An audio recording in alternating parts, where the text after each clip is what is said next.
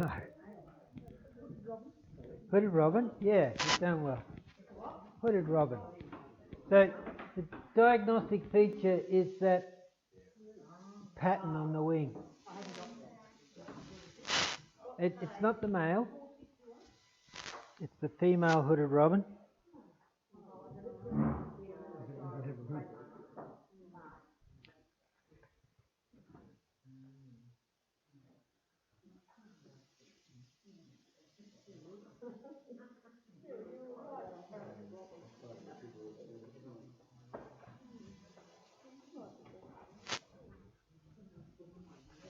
It's pretty bland over most of its body. It's got that grey on the breast, dark on the back, but that, if you think about that wing when it opens out, that's a long line right across the secondaries.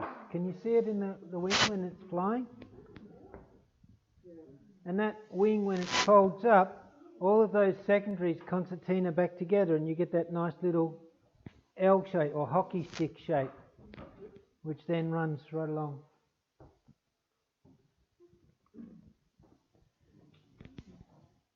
So we're taking that picture of what the wing does as it folds up and starting to see what's happening with a resting bird. So we're all happy. Hooded robin. Now the thing we're going to be focusing on tonight is telling robins apart from whistlers and apart from grey shrike-thrushes and things like that, and them apart from chats. And it's all about head shape and bill size. And robins, if you can imagine a balloon with a little sharp pointy thing poked into their head, that's your typical robin. And then as the bill gets a bit deeper and thicker, you're moving into your whistlers. And then if you take the head that's round and grab one end of it and stretch it out, you get that nice tear shape with the bill on the end, then you're in your chat territory. And then finally, if you make the bill even thicker and stronger again, you're into the grey shrike-thrushes. So we're going to work through the relative size and shape of the bill and the head as we go through tonight.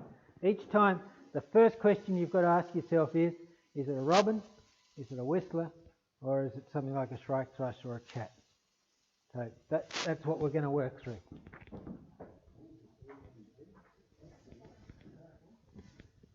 So I'll keep repeating it. So what do you notice about the bill straight away? Even if it's not side on, it's thicker. Yeah. It might be longer because it's facing you, but it's thicker. Immediately you can see that it's a more solid bill. So it's not a robin.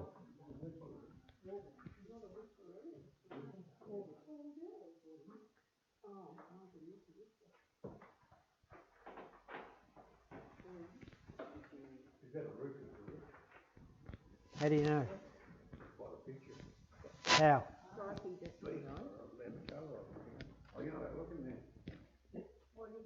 No, you can look in there, yeah. Yeah. Which one? How do you know it's a female or a juvenile whistler? Because it hasn't got the bright colours of the male. But how do you know which whistler it is? Striations on the breast and neck help. There's a little bit of a browny wash down.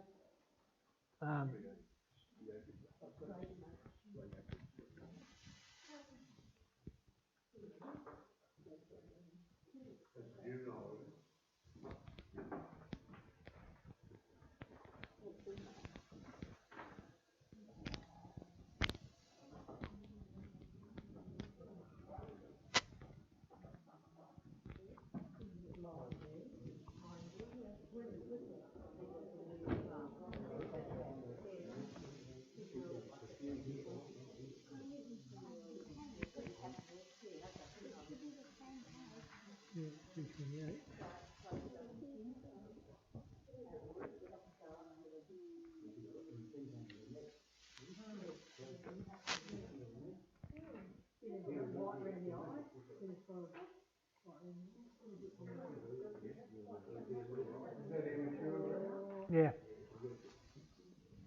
It's the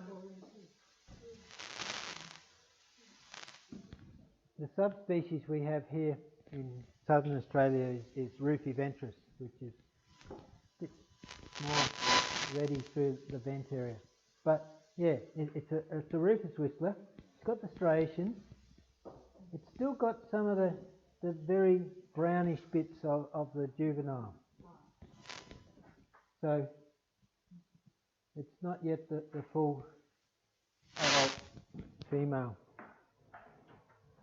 Now, with all the whistlers, the calls, we've talked about them a fair bit in previous weeks, so I won't worry about the calls so much tonight. But be aware that we've talked about the Rufous Whistler, the Golden Whistler and the Gilbert's Whistler, just the differences in the calls and memory aids to remembering them.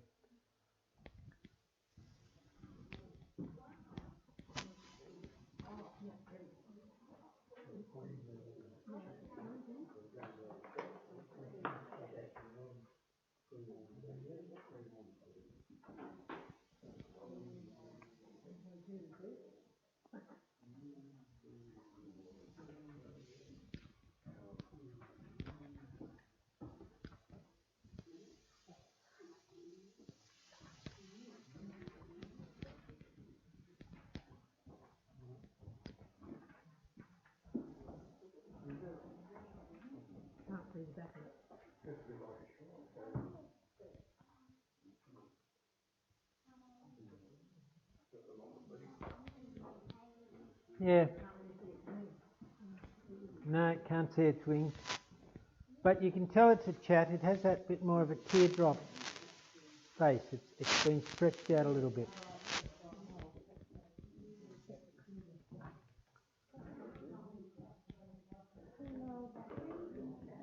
Yeah. It's actually probably a juvenile, but yeah.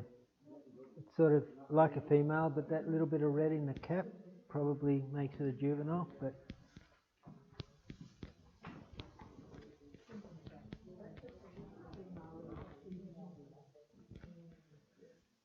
so you've all found the chats? Yeah?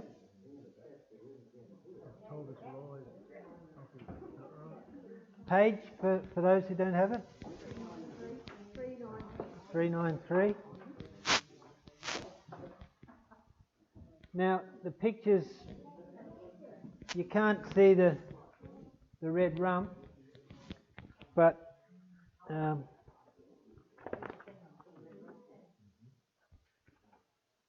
where have I? 14.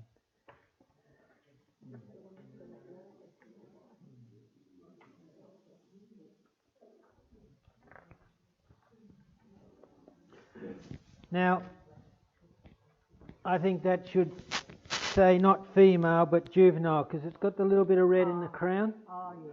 So it's an immature. But this is where this book, you'll start to see the comparisons. It's actually, that's the new book, this is the new book, yeah, and you'll see it's got the immature versus the female. Yeah, it's definitely better. And you'll see the quality of the picture is much better.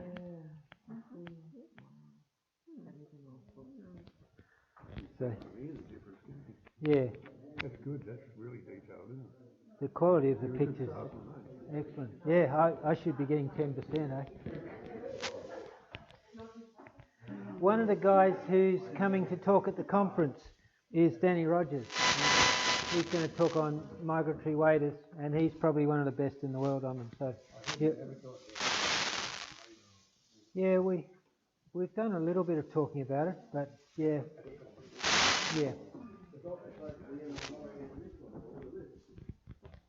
No, they come to the top half of EP. They do come down a fair way, but they don't come every year. I see them Painey Station up at the Gawler Ranges. I see them there quite regularly every spring, but they don't seem to come further south every year. So the last time I saw them further south was when I first got here, which was, 2014? 2013, yeah. I showed you that. the juveniles.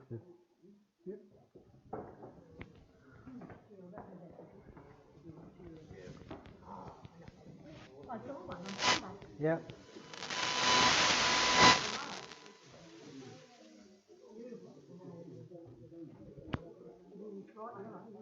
Yep.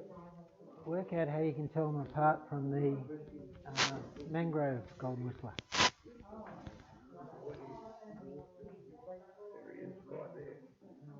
Yep. He's not a tricky one. If you're up north, you get the mangrove golden whistler, which looks very similar, the male anyway. One in the tree last week in our garden. Around here, yes. No, Loxton. Loxton. Okay. Yeah, they're quite common right across EP, and you'll hear them calling regularly. All happy with golden whistler? How about this guy?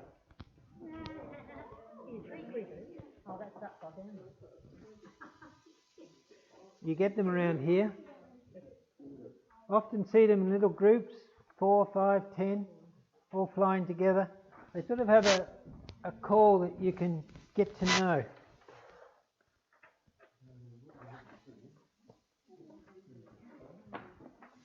And you need to tell me which subspecies it is.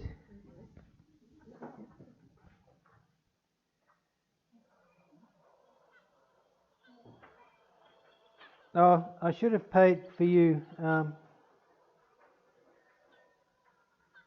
This is the Crimson Chat's call.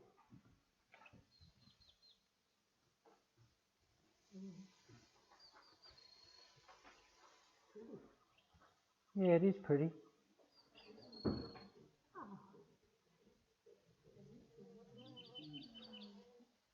So that's the Crimson Chat.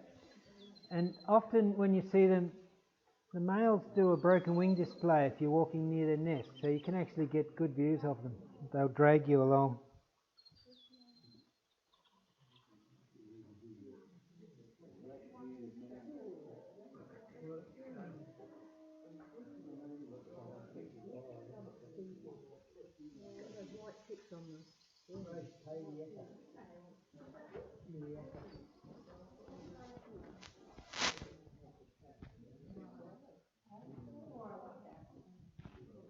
No, that's good. Well done. It's a Satella. Satella.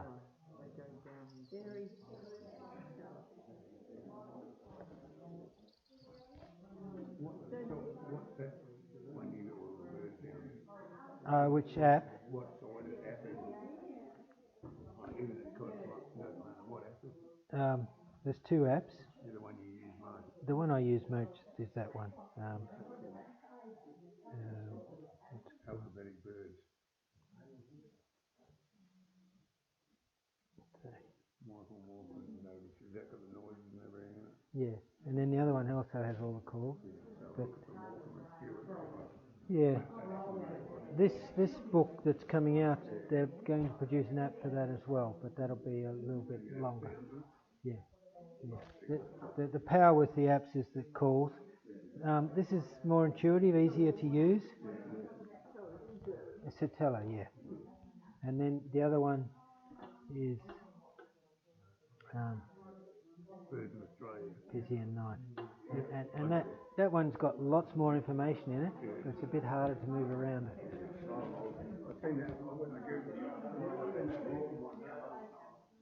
Yeah, the Morecambe one's about half the price of this one. Yep. You find that will be really good. Yeah, I just use them all the time. Yeah. The trouble is, if you're learning the birds, they're a bit harder to use. It's easier to use the book. But once you've learnt most of the groups. So, varied Satella, that's a female, and it's Pileata, the black-capped Satella. And the black-capped Satella is the one that we get in this part of the world.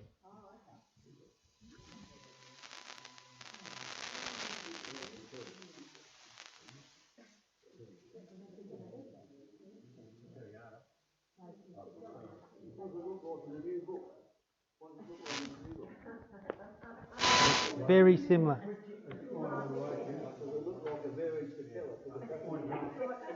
The reason it's called a varied Satella is because they vary a lot, and if you go back into past books, you'll often see that each of these races or groups is split up into individual species. So at various stages in the past they've been split up into species, and then as they've discovered that they interbreed, they've brought them back in under the one species.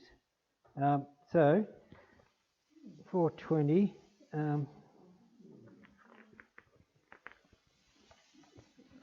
And the distribution maps in this are pretty good because they actually show the integrating where they interbreed. And then you've got the different. Yeah, black capped.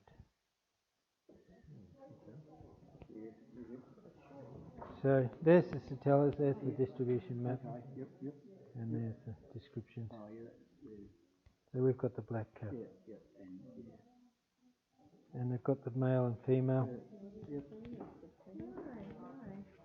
You get them, I was hoping to see them out in the sugar gum last week, yeah. But we just didn't happen to see them, but they are often out there. They're all up through the Mallee country. And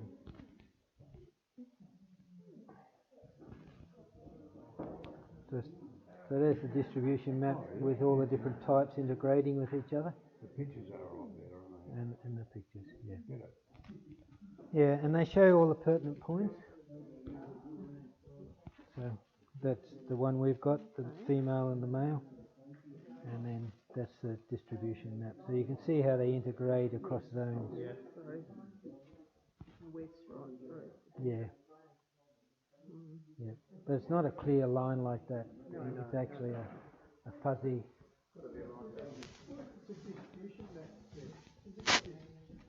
Very distinct holes in them. Yeah, it has. Yeah, wonder why They don't go there. They don't like that dry country. Well, yeah, but there's a lot of trees and stuff there still. that's true. I know. It's interesting that, you know, Perhaps it's the obviously something. something else that's there that beats them up and chases them away. Oh, okay, yeah, well that could be too. Who knows? Might be the Chining wedgebill.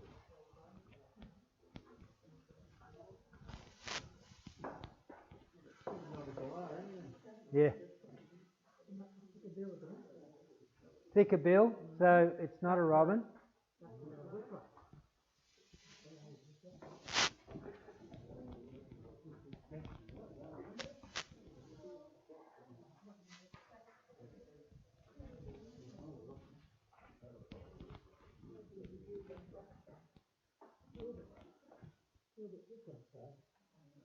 Why Gilbert's?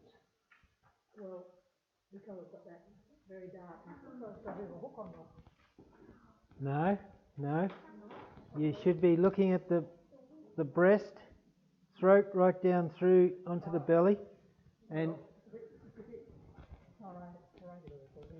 when we were talking before about the Rufous Whistler female and juvenile, they had striations and there was a bit of colour there. This is very plain. If we're talking about the golden whistler, then we're going to be looking not at striations but at yellow appearing down in the bottom half of the belly. So this is not showing the golden characteristics and it's not showing the rufous. It's just quite plain. Yeah. The other thing that if you actually look closely you'll see there's a little bit of a white lighter patch between the bill and the eye in that lower region. And that is also helping a little bit. But it with whistlers?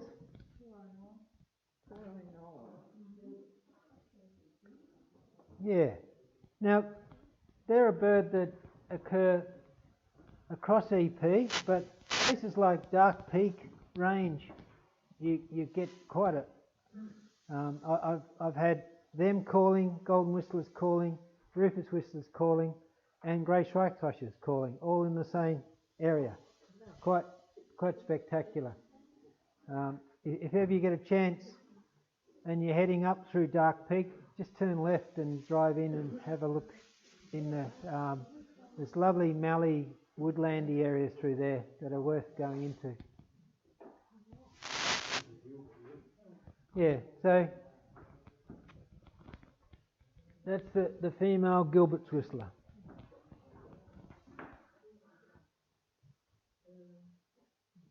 But be aware of that. If you decide it's a whistler and it's not the obvious male with the distinctive colouring, then you're looking for striations, you're looking for colouring at different parts, and if both of those are absent, then you're probably dealing with a Gilbert's.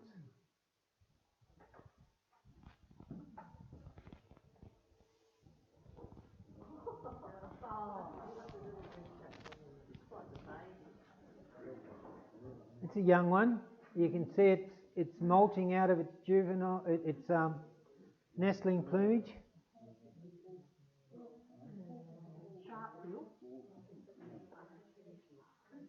It's got a short, sharp bill.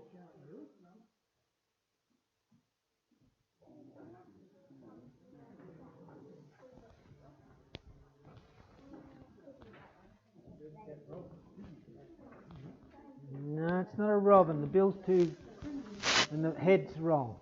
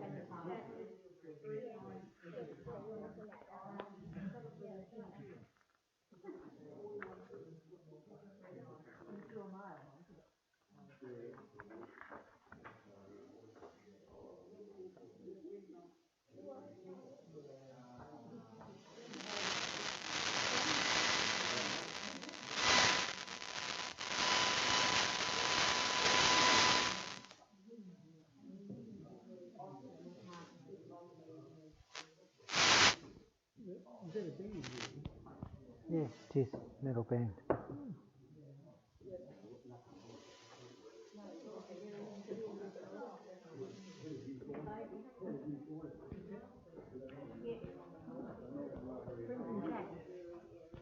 So we were talking about molts last week, and this one's molting into that first basic. So this is the first alternate it's going into.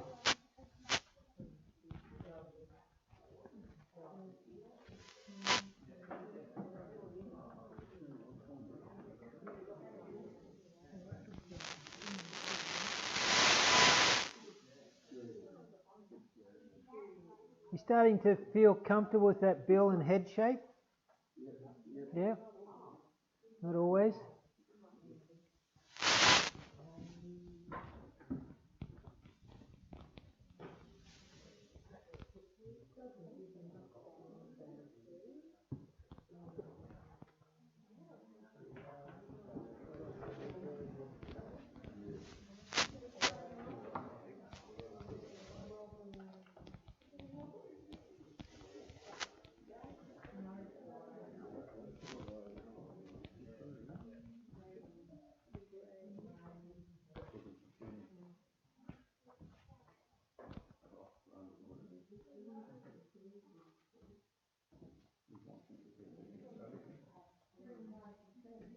You can see the yellow wash down through the lower half. Yep. It's got that stronger bill, so it's a whistler.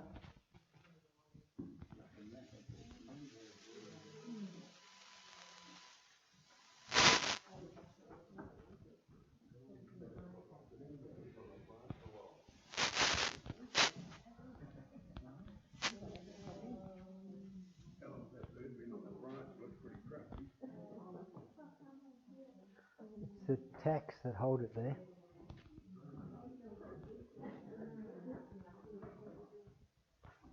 What you thinking? No.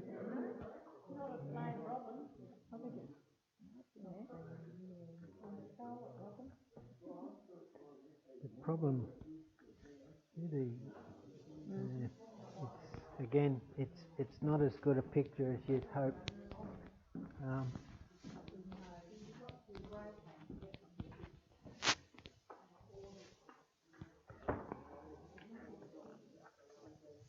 I'll show you the 4 different female whistler pictures for the different races or subspecies. Notice how much they vary? Yes. So these are the subspecies of the golden whistler, the female. You see how much they vary? So when you've only got one picture of the female, or 2, it's only a small portion of the variability that you're going to get. You can see it's quite light wash through a yellowish wash through to almost an orangey wash.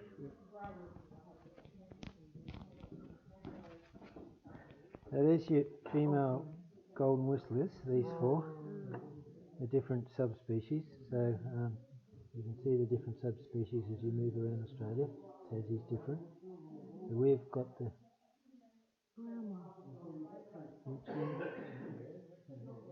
Flaginosa. Yeah. Right. So this one. Quite brown, isn't it? Yeah, so it's quite yellowish, or even quite plain, with a little bit of yellow wash, just gently. So these are the 4 females. This is the subspecies we have. Yep. But yeah, you can see the variability that you get as you go across that range.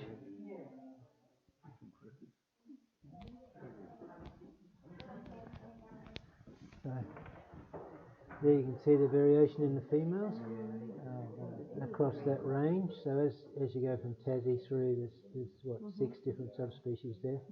And we've got this one here. So it's a bit more orangey than yellowy. So it's got quite a bit more. Yeah. Yeah, so you can see why it's always been hard.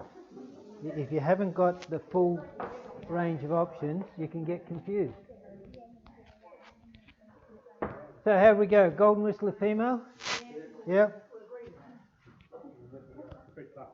Pretty tough.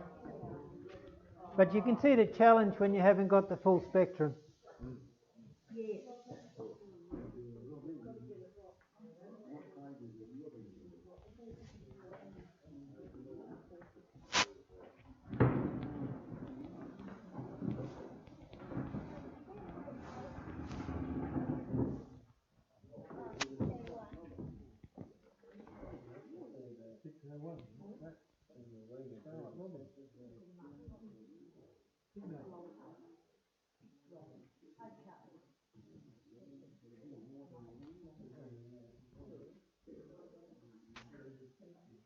Scarlet Robin female. Female?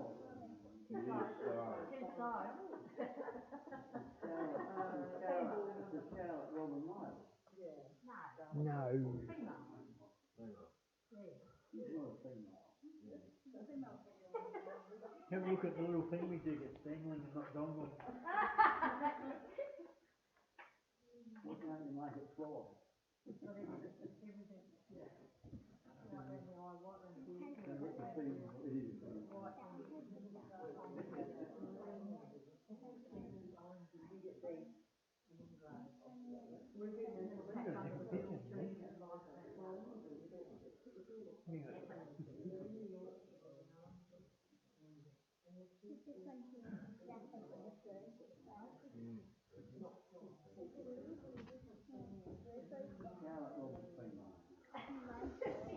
What was that, Jack? I don't know why they were arguing with you, man. So, Scarlet Robin female. Now, nice clear wing patterns. With the robins, the flame robin and scarlet robin, the scarlet, think of it as being like a scar across the breast. So the red suddenly stops. With the flame robin, it almost makes it up to the bill. It's like it's burnt all the way up. So the flame versus the scarlet. Now with the female you've got that nice white spot straight above the bill and a little bit of white around the eye. All happy?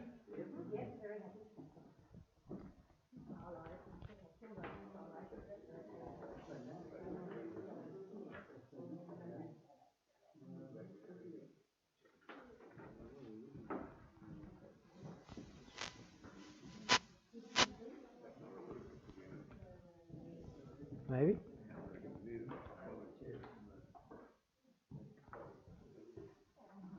So you see the stronger bill?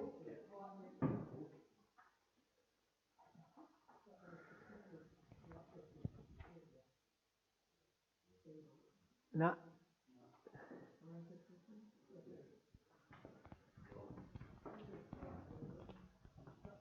It's got the striations on the breast and that little bit of wash down low of colour.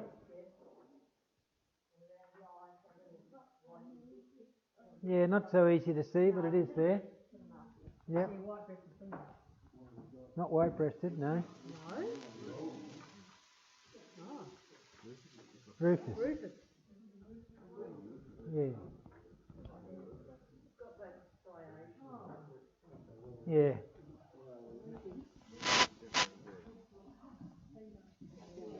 Look at the distribution map for the white-breasted. Oh, I did it again. Oh, yeah, right. Silly But they look very similar. They are. I didn't look at that. And when you're in the north, you really have to look. Yeah.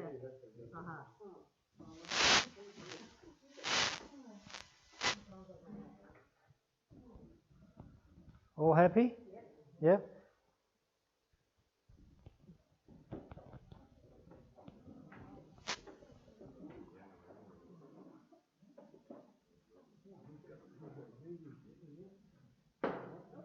I got to take some nice pictures of one just like this year. Little caterpillar.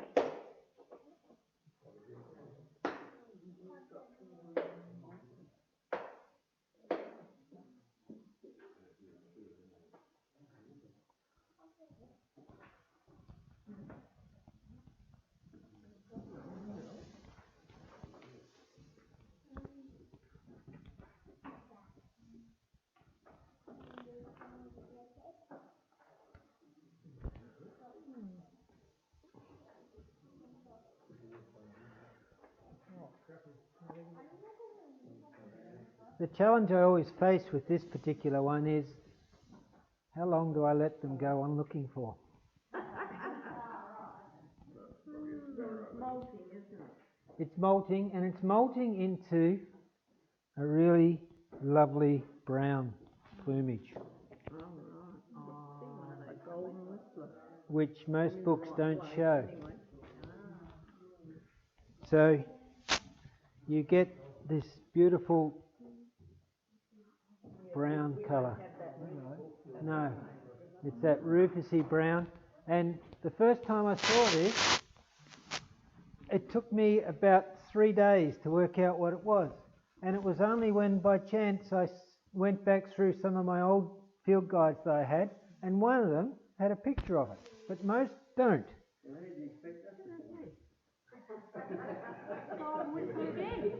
I expect a higher level of knowledge in this course. Yeah, well, we haven't got.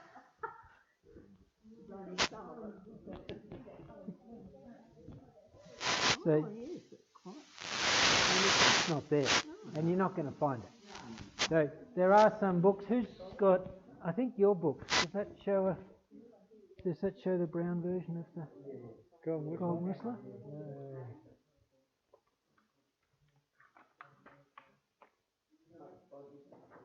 No, it doesn't.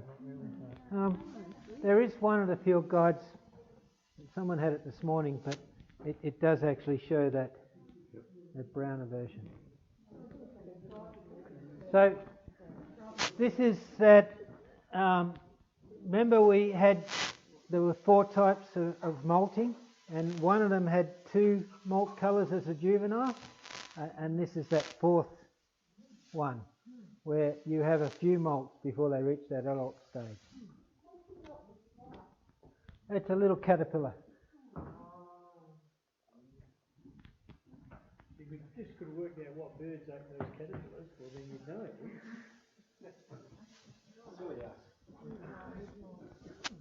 Okay, so a golden whistler, it's a juvenile, and it's in that transition molt.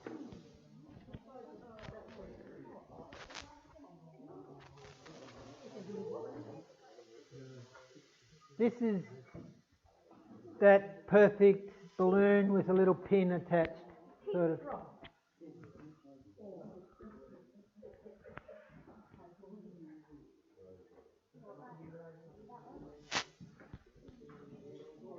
Notice there's two distinct bands. There's a band where it transitions from that grey-black to the red, or pink, or whatever, and then there's a transition to a white belly.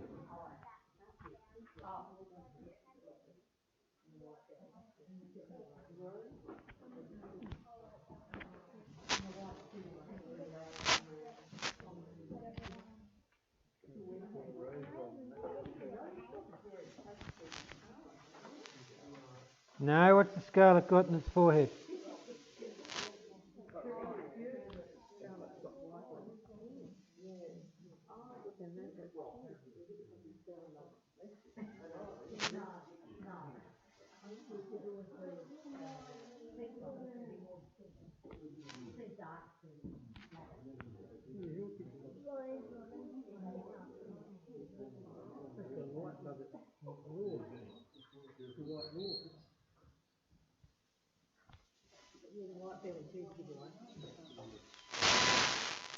So they come up to Port Augusta, but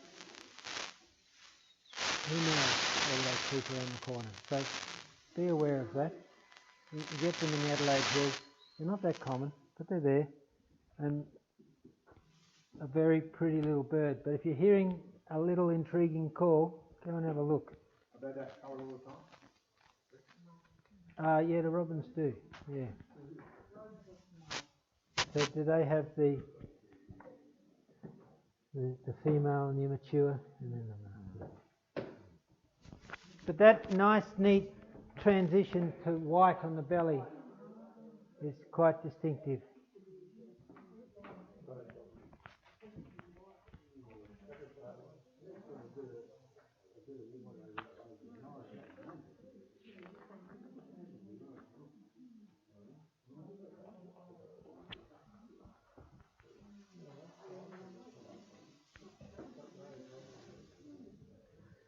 Okay.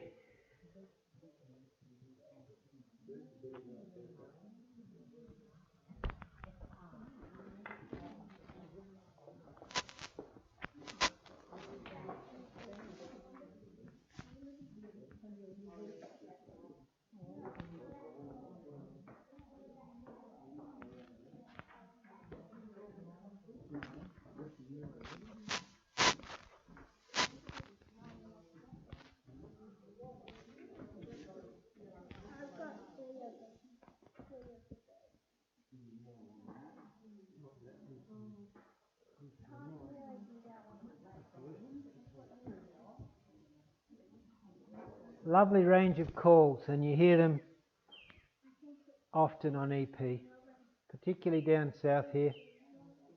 If you go into Lincoln or Coffin Bay or Wanilla,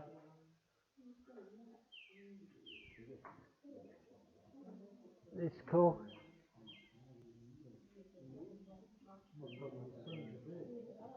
And then they have a really lovely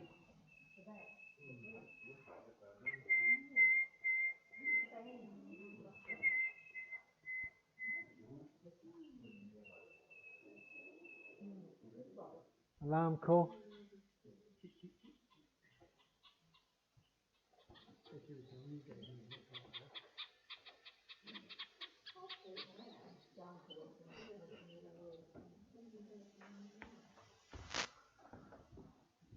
So Western Yellow Robin, they're a bird that people come over here from the east to see, because ours is the the eastern limit of the western, quite a few western species. So EP gets things that are not found on the other side.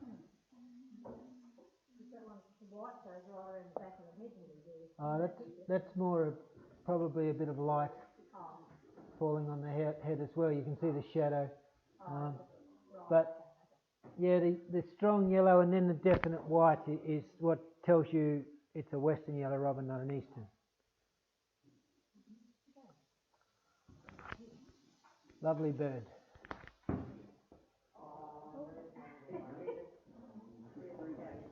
We've had a few of these up at Woodner. Yep. Can't be much else. The call.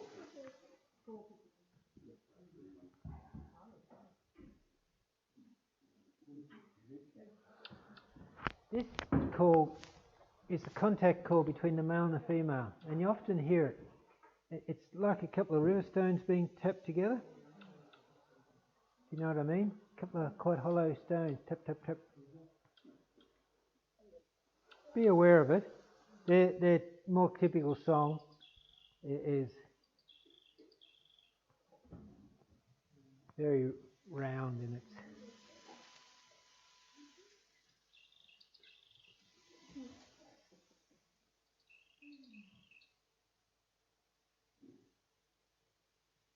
So that's the red cap, and you'll get them all over EP.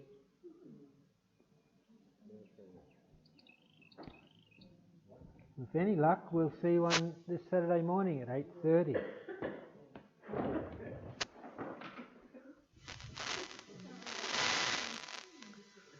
So, red cap robin male. Sorry about that.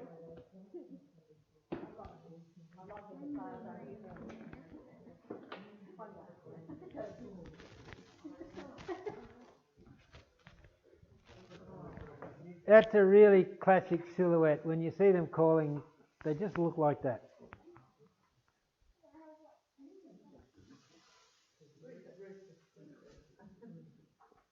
And if you head up north, then you have to start thinking a little bit more, but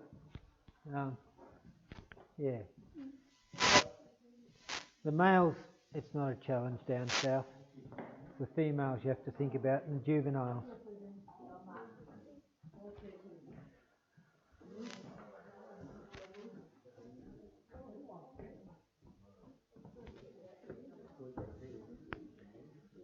Notice while you're looking at all the different whistlers that there are quite a few of them as you head north, and particularly along those northern coastlines, so Broome right around to Queensland, that you really have to think about.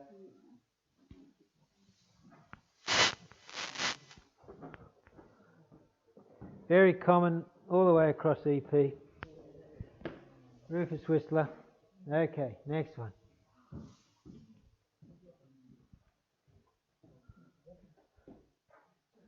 The way they hold their tail and wing, a lot of these little robins, it's quite distinctive. The wings down, the tail up. You can even pick that a mile away.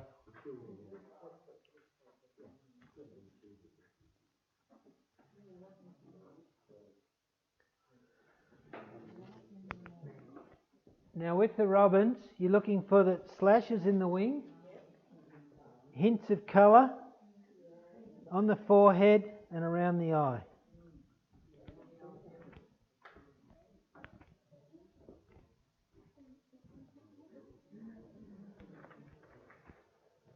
Is there anyone else who didn't sign this? You did? All good?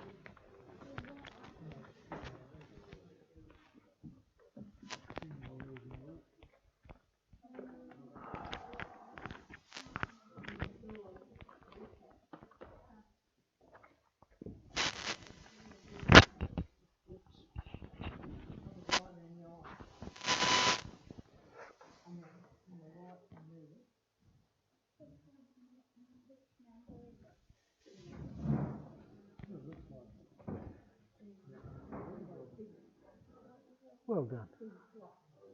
Well done. It is. I hope.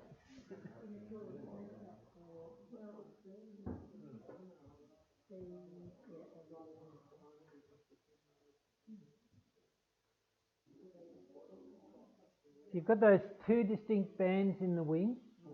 You've got the little hint of red wash through the breast. There's a little bit of white you can just see above the eye, above the beak, sorry.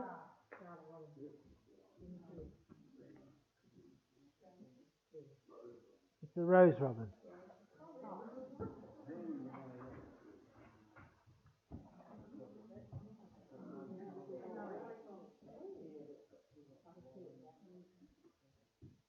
You can see those two bands of white. One up through the secondaries and then one at the base of the secondaries. And have a look at it. I think they have it in flight there, do they? No. Okay. That one does? Yep. Okay. So rose robin.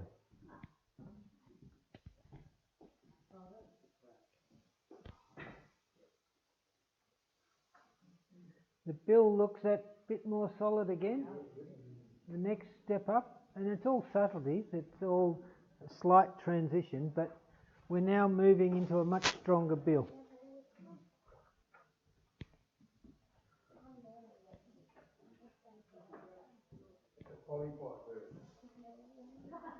Polypipe.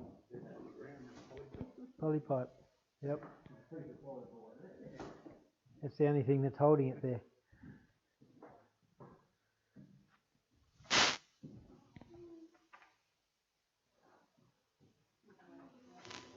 All over EP. Yeah.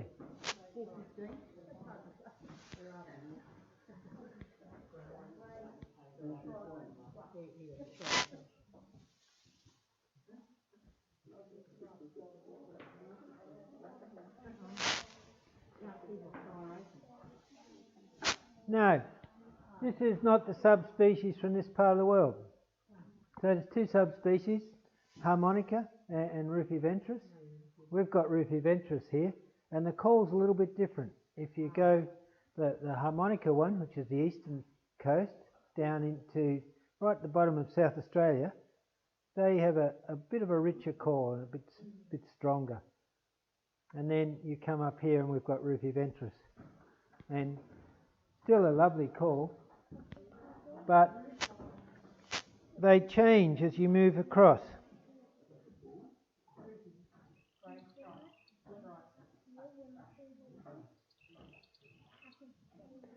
So this is the call that you're probably quite familiar with.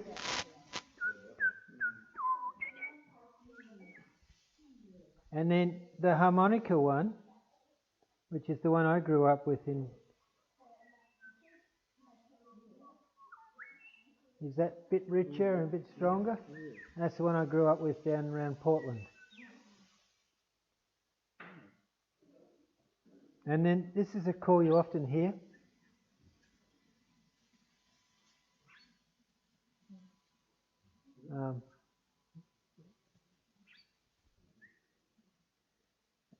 If you imitate their calls, they get all stirred up, and you'll get quite a few of them around that. They get very antsy. But it doesn't take great ventriloquist to do the call. It's just a similarity. More than your skill. But they will come over, and you can get some of the gullies in the Flinders Ranges, you get 4 or 5 around you, all very grumpy with you. So, grey shrike-thrush.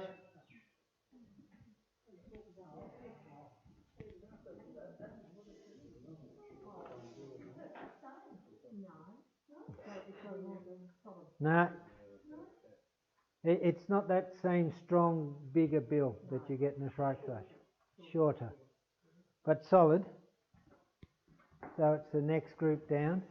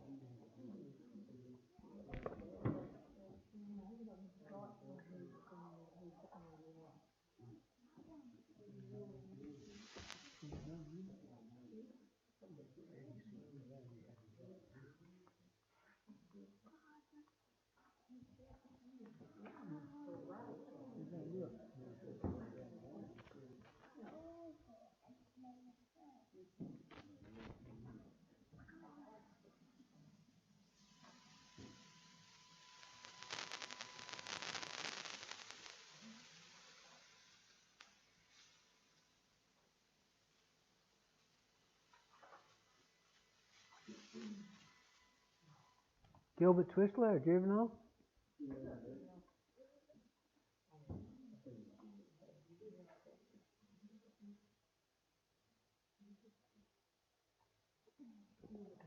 Are we happy with the whistlers now? Starting to get the general shape of the head and bill? That's probably the key first step. Can you see it's a whistler and not a robin?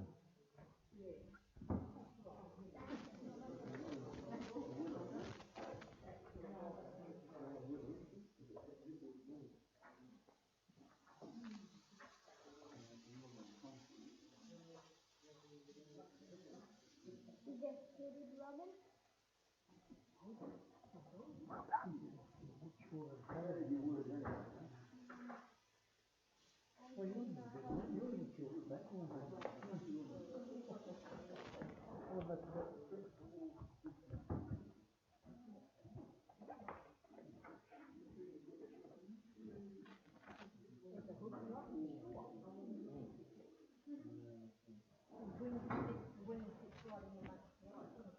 Yep, you can see that nice connecting white line that goes around. Yep. And there are other more white flicks that you can't see. And down the tail. Yep.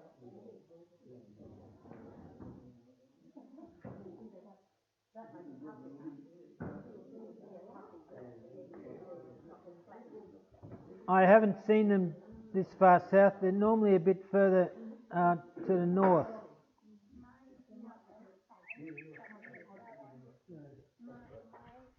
But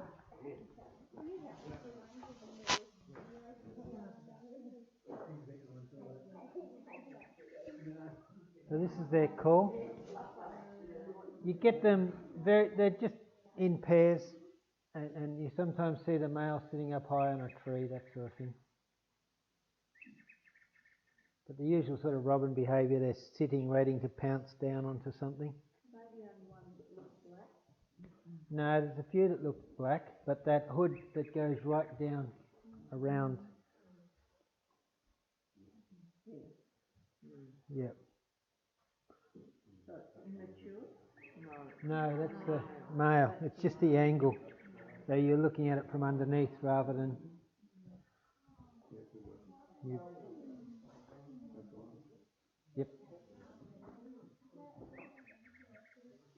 Quite a definite call.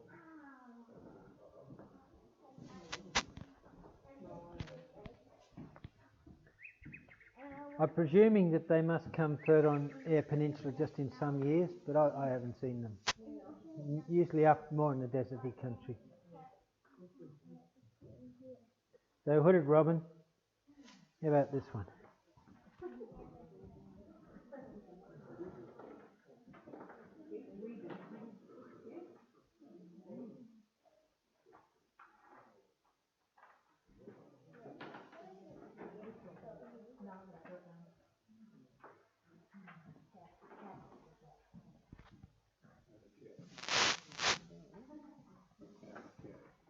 Have a chat.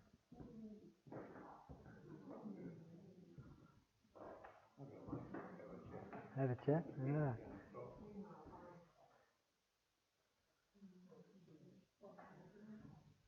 Just while we're contemplating that, if you are looking at getting binoculars and you're happy with doing a search on the web using the, or just going straight to those URLs I've sent in the email, you'll see you can order very easily. That's not a problem. If you're used to doing all that, that's no worries. If you would prefer to get some help with ordering on the web, if you've never done it or don't have a computer, come and see us next week, and Ben's quite happy to show you through the process and order it for you as you go through the lesson. So If you want to do that, you just have to be able to bring along a card. Yeah. Yeah, Ben's generously donated. He's good. He's good like that. And in the extreme, if you want to bring the cash, we can organise something there as well. But I doubt you'll get a better deal than the one that is on the web. And as I said earlier to some people, the folk at Woodner have already ordered theirs. They got straight onto it. Yep. Orange chat. Female. And the orange chats aren't orange. I haven't seen an orange one yet. They're usually yellow. Yeah. They might get... No, much bigger than a weebill. But so here's their call.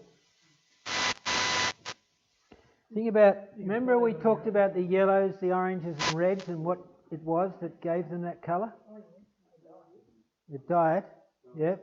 So we're looking at carotenoids in their diet, and I don't know what it is, but typically they come out quite yellow. They do in the book, and many of the books show them towards orangey more than yellow. But when you see, the ones I've seen, they've always looked pretty yellow. This is the adult female, and this is a typical chat sort of noise. And so a little bit like the other chat. So this is the white-fronted chat. It's a very nasal tongue.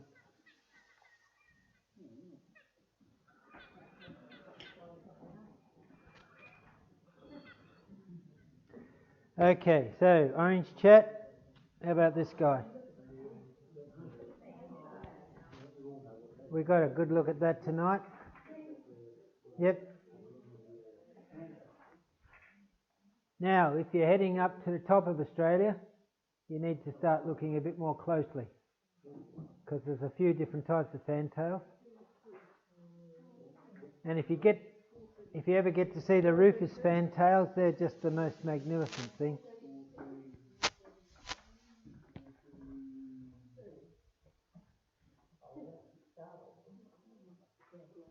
And with the fantail call, the call that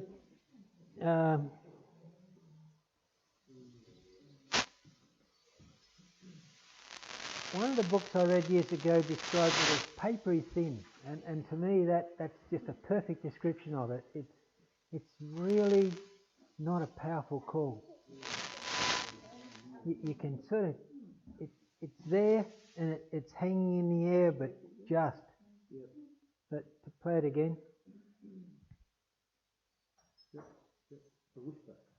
Yeah.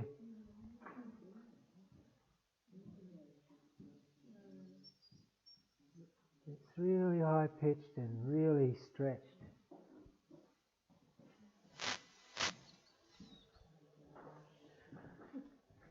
And you often, you have to listen twice before you really click on, oh yeah, it's a fantail. So grey fantail. How about this guy?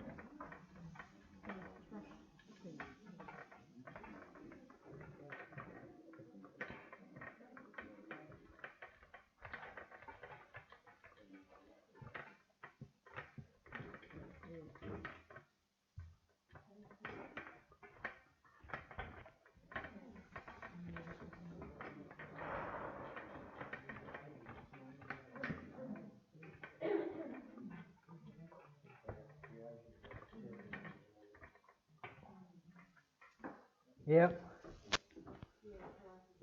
The white through the laws is not as powerful as it was with the other race.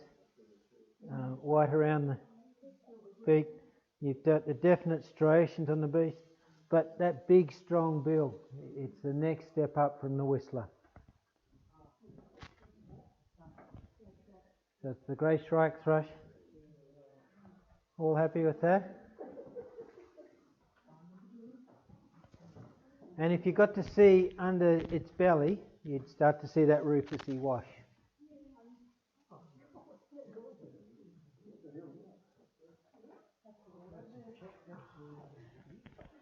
Notice how the head is a bit more that teardrop. It's not as round as the robins or the whistlers.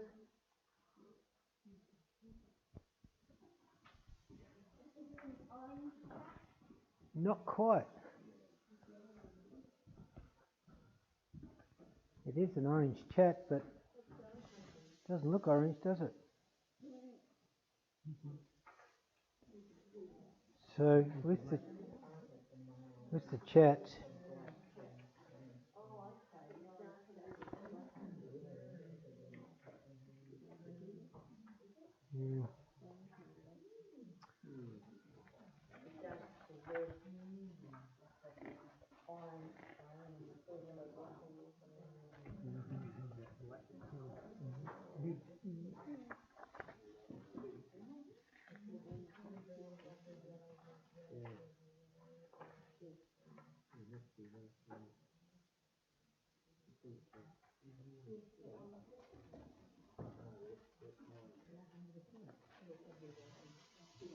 one place I see them often is around Whyalla. If you go out to the sewage works at Whyalla, sewage works are really good places to see lots of birds, but if you walk around the edge there, you'll see them out through that habitat. So orange chat, but they're not orange. They are. They are in the books, but to me that's more typical of what you see. You see hints of orange, but you don't. They're sitting out in the sunlight, they look yellow.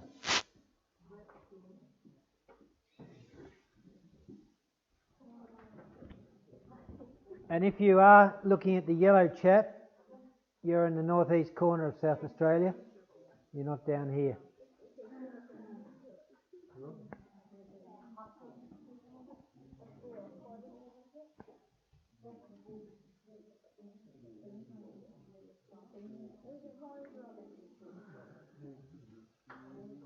Now look at the pattern in its wing.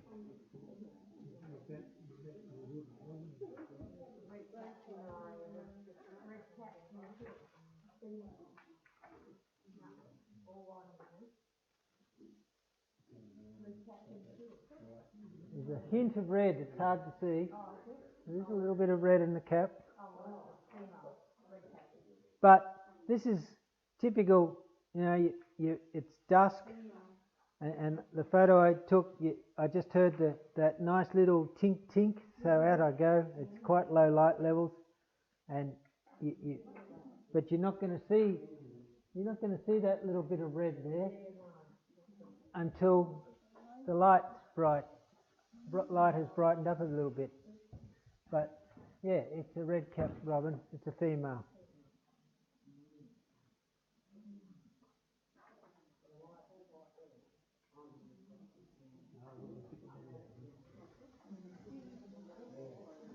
Doesn't look like it at all. Hmm.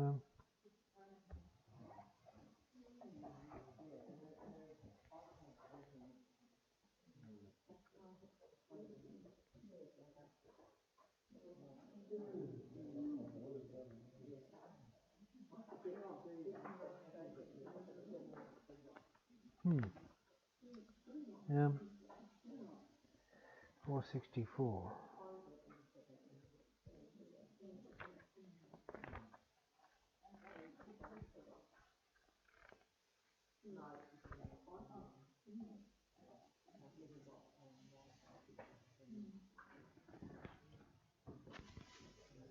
Would you be happy with that?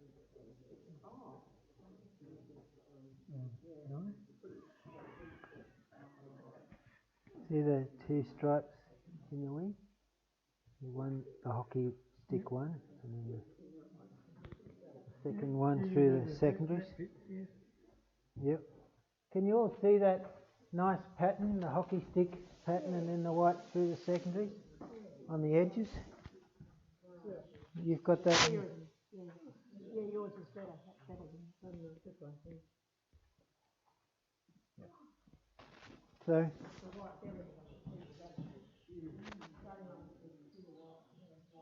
it's got that faint red wash through the cap. It's a good call, isn't it? Oh yeah. That's the faint. Yeah, that's, Yeah, I took a picture of the female red-capped robin in my orchard. on the farm. That's nice. Yeah. That nice marking through the wings. Yeah. Yeah. It's really, it just looks a bit dirty in that light, but yeah.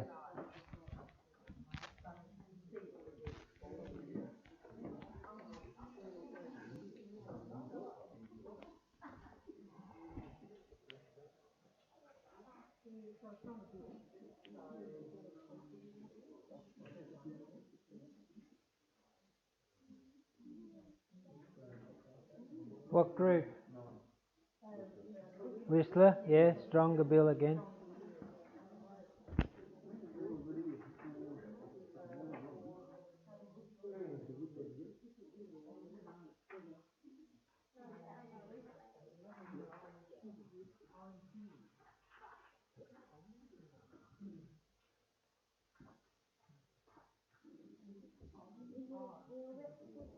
It is, well done.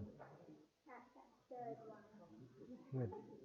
And then there's one that looks a little bit like it called the Red Lord.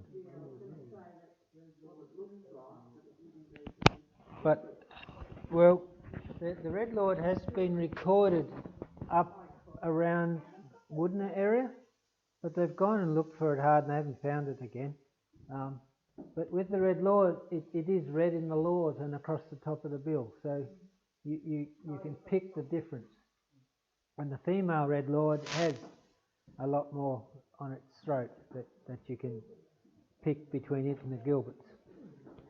So when you're looking, be aware that there has been records of the Red Lord on Eyre Peninsula, but it's probably not the Red Lord that's here. The call's different, but just check when you do look. And if you really want to see some, as I said, the best place I've seen them is actually in Dark Peak Range, and they seem to like that habitat there. One over in Junior almost. Yeah, and it's an odd record, and mine's got the same, and I don't think it's necessarily valid. Okay, so Gilbert's Whistler, the male, pretty bird. It's a lot quieter than the other two whistlers, the golden and the rufous, so, but when it calls, it's a definite clear. Do you remember the call? I'll play it for you.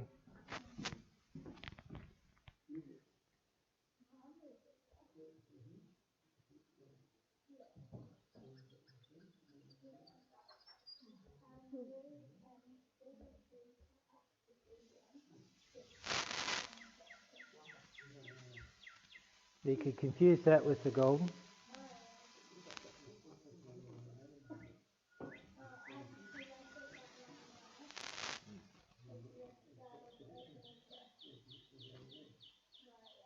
They're all a little bit similar to the other two whistlers, so you need to go and have a look.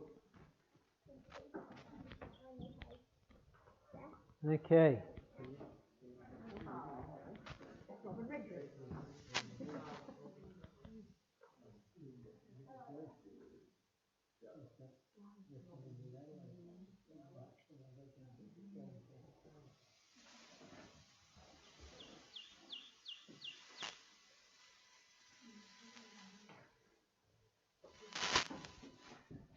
There's not many of them on EP, and they're all sort of down south here. They estimate the people that go out looking for them regularly, it's probably maybe 40 or 50 pairs of them.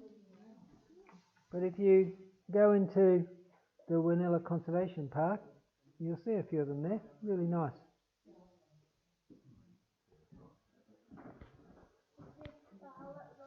It is. A pretty bird. Scarlet Robin. That's the male. All happy with that? Yep.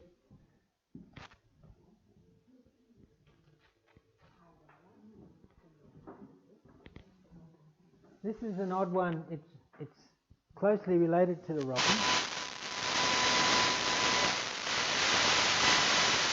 And you get it all over EP, and you have to go looking. You'll hear their call.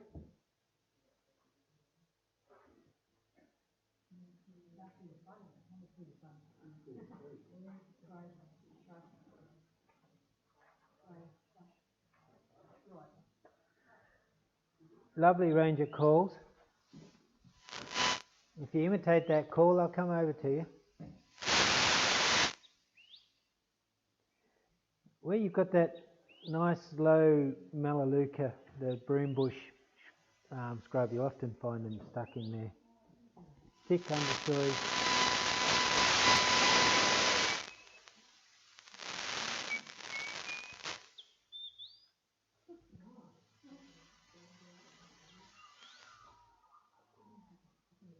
They do a nice.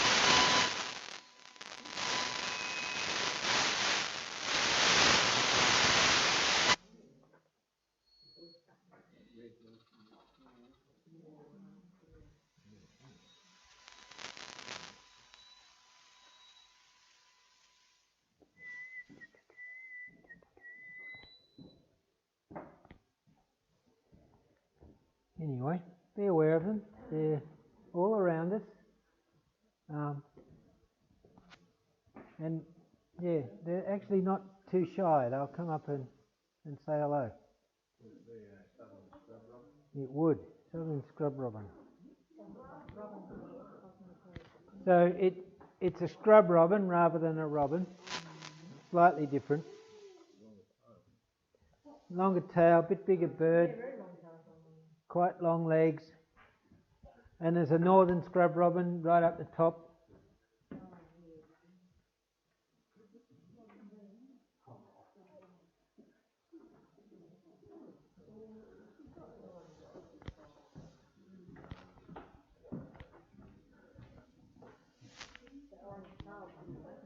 This is the common one for EP, and it's always here, whereas the other two, the crimson and the orange, are more springtime now and then to breed. And you get them out over those samphire wetlands, but you also get them up into the chenopod shrublands, blue bush country, that sort of stuff. Yeah. Yeah, really distinctive. The male in particular. But not big, yeah.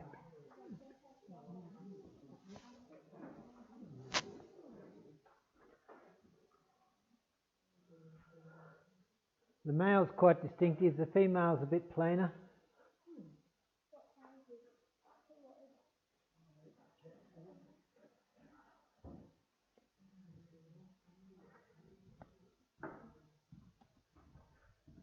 All got it? White-fronted chat? Yep.